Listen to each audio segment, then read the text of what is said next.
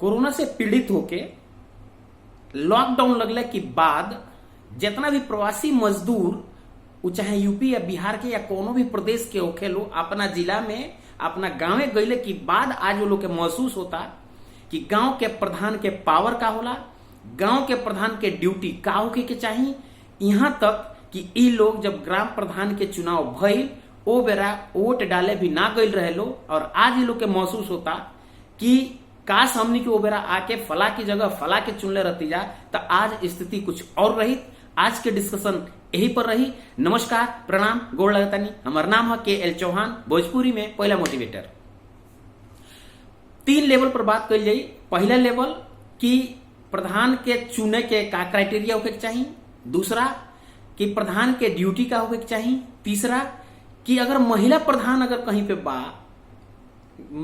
कोनो भी ग्राम प्रधान में तो उ लोग आ करके जनप्रतिनिधि बनत आलो कि नहीं लो बनत या ओके पतिदेव लोग बा उहे सारा काम धाम देखता, ए पर डिस्कस कल जाई। पहला लेवल के बात कल जाई कि हमनी के ग्राम प्रधान चुने के कोने चाहिए।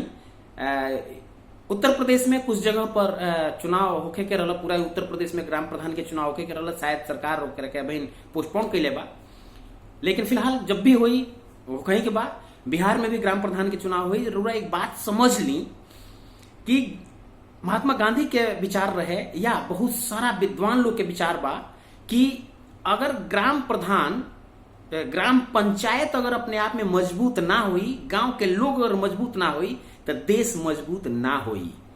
वही के मद्देनजर रखते हुए स्वदेशी के जो बात चलत अटे तो ई कोने का कोई का कोई अपना गांव में कि अपने गांव में भी कुछ रोजगार कल जा सके और वही में जौन भी रोजगार करे वही में ग्राम प्रधान के उपयोगिता बहुत ज्यादा महत्वपूर्ण बा।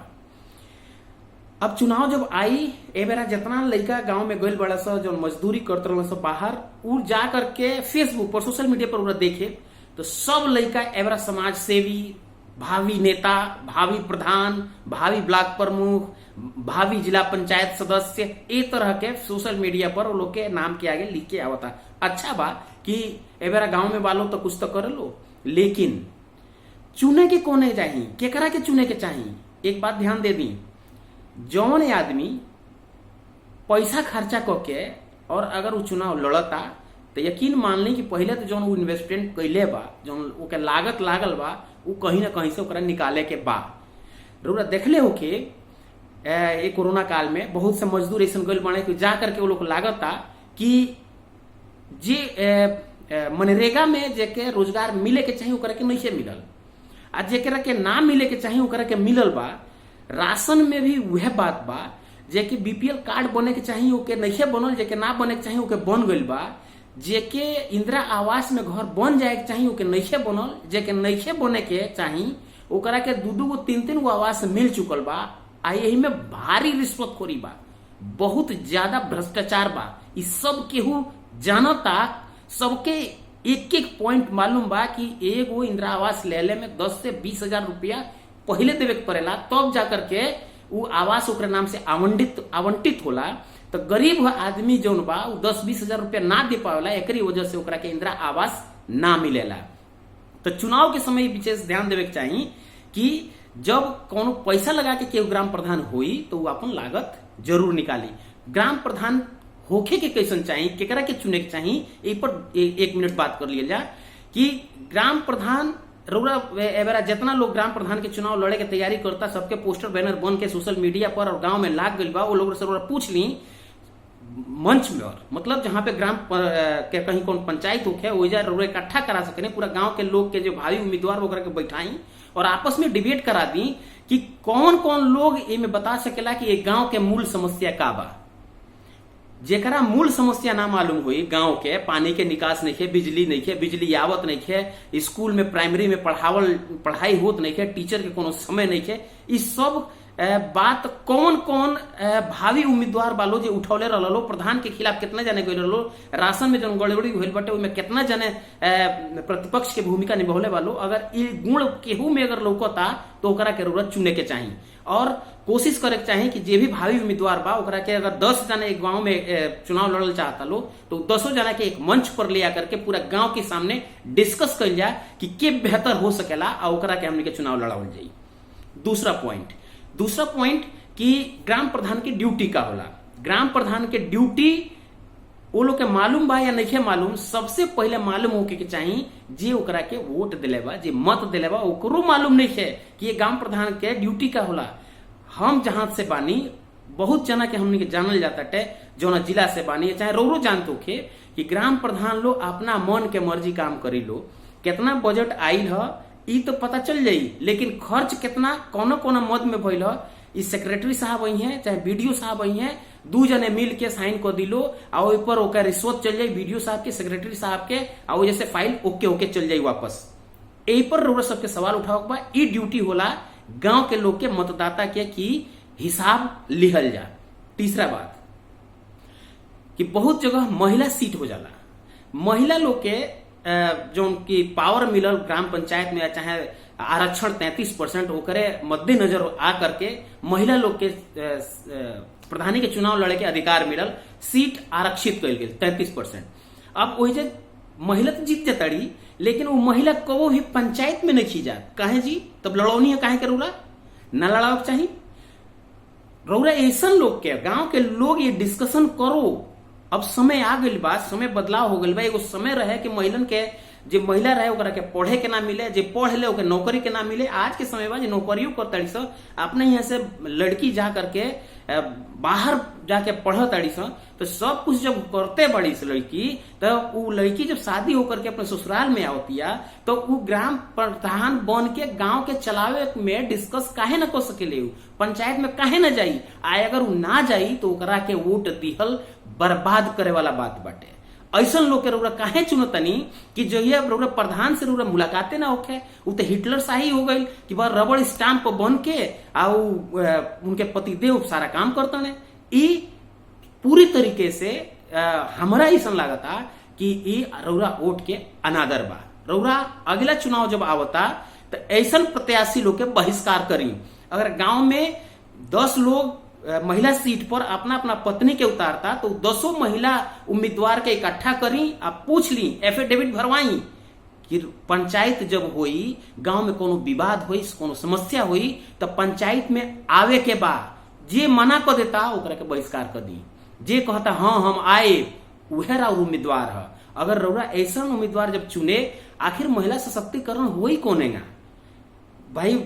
जब तक अपन लड़की बिया तो रउरा स्कूल भेजतनी, कॉलेज भेजतनी, नौकरी करतनी, और जब वो शादी होकर के जब आ जाती है अपना गांव में तो फिर वो कैसे नहीं प्रधानी के चुनाव लड़ी। अच्छा चुनाव लड़ गई, जीत गई तो काहे ना वो ग्राम पंचायत के मीटिंग में जाई। बिल्कुल जाए के चाहिए। रउरा सब ये बात के बहुत विशेष ध्यान रखे के बाद अगला चुनाव में। और उम्मीदवार लोग के भी हम कहतनी एक बात कहल चाहतनी कि समय बदल गई बा। बहुत दिन तक रउरा सब अपने मनमानी ना कर सके नहीं जा।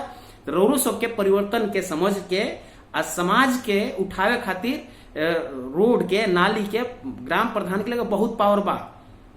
इतना पावर बा कि वो कुछ कर सकेला अपने गांव के विकास के खातिर। हाँ कुछ आदेश परमिशन की जरूरत होला सरकार के माध्यम से भी ओके ले करके। तो रउरा सब अपना जो उम्मीदवार ओकरा के हम 2 टिप देतनी कि रउरा चुनाव तब्बे जीते, रउरा जब तब्बे विजयी हो जाए कि जब अपना पावर वोट वाला पावर जौन बा वोटर के बता दे कि तार पावर का बा। जब रउरा वोटर के ओके पावर बतावे लगे तो यकीन मानी वो पावर रउरे लगे शिफ्ट हो जाएगी। लोग के स्वतंत्रता दी, लोग रउरे बिना कोनो कार्य ना कर पावे ऐसा ना होगा चाहिए। ओकरा के रास्ता बताएं कि तहार जौन काम पड़ताटे वो फला जगह जइबा हो जाई, फला जगह जइबा हो जाई। ई ना कि हम जाए तबे होई। जे भी ए नजरिया के होई आवे वाला समय में समाज ओकरा के बहिष्कृत कर दी। तो रउरा पावर दी लोग के। स्कूल के माध्यम से देखी टीचर उहे मान्यता मिल जाला, वही टीचर के लोग बहुत प्यार करेला, छात्र प्यार करेला। लोग जे बढ़िया खुल के ओके पावर समझा देला, जे अपना लगा पिछलग्गू बना के रखेला ओके कुछ दिन के बाद से लड़का बहिष्कृत कर देना सा, उनके प्यार ना मिल पावेला। तो आवे वाला हम बार बार वीडियो बनाए ये विषय पर कि ग्राम पंचायत की लेवल पर जाकर के हमने के मजबूत होखल जा, संगठित होखल जा, अपने अपने गांव के पावर के समझल जा और अपने अपने वोट के वैल्यू समझल जा। रउरा सिर्फ एक वोट नहीं खी, ये नेता लोग के रउरा सिर्फ एगो एथी नहीं की एसेट नहीं की कि जौन मर्जी वोट ले लो जौन मर्जी करे लो। रउरा सबके अपन अपन अधिकार के समझे के बा, अपने अपने अधिकार के सदुपयोग करे के बा, दुरुपयोग से बचे के बा। और जितना भी लोग प्रवासी मजदूर बाटे अगर फिर से वापस अपना अपना शहर में अपने रोजगार पर जाओ लो तो वो लोग से निवेदन रही, निहोरा रही कि ज्यादा से ज्यादा भोजपुरी बोले के बा, भोजपुरी के प्रोत्साहित करे के बा, भोजपुरी के प्रचार करे के बा, भोजपुरी में ही बात करे के बा हर मंच पर, चाहे वो रेलवे स्टेशन होके चाहे एयरपोर्ट होके। अगर 2 आदमी भोजपुरी बोले वाला मिलता तो भोजपुरी में बात कल जाई कि भोजपुरी के सम्मान भी बढ़ो, हमनियों के सम्मान ऊपर रखो। अगर वीडियो पसंद आवत होखे तो अब निवेदन करे, निहोरा करे, रिक्वेस्ट करे, गुजारिश करे कि सब्सक्राइब कर दी, लाइक कर दी, वीडियो पसंद आवत होकर के शेयर कर दी। जितना लोग फेसबुक पर भावी उम्मीदवार लोग बा ध्यान दे ले कि भावी उम्मीदवार लोग अपने आप में परिवर्तन कर लो। वोट देवे वाला जनता के जगावे वाला लोग अब समाज में आवता। हालांकि हम गांव में नहीं की, हम बाहर बानी, हमारे गाजियाबाद में हमारे बा निवास, तो ये जगह कोनो ग्राम प्रधान के चुनाव नहीं है, लेकिन हम गांव से आयल बानी, गांव के समस्या के कुछ जानता नहीं, गांव के लोग से मिलल जुलत रहल जाला तो उस समस्या के हमारा जानकारी बा।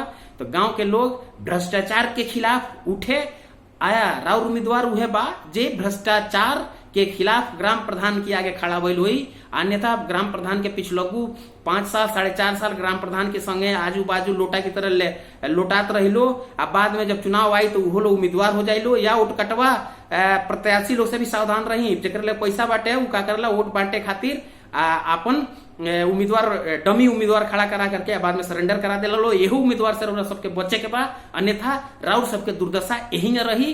राउर राशन ना मिली, राउर इंदिरा आवास ना मिली, राउर जितना भी सरकार की ओर से मिले वाला साधन बाटे, मनरेगा खास तौर से अनुपयोगी बाटे। अगर रउरा के नहीं मिलत, रउरा योग्य बानी तो राउर वोट में पावर बाटे कि रउरा के मनरेगा मिल जाओ।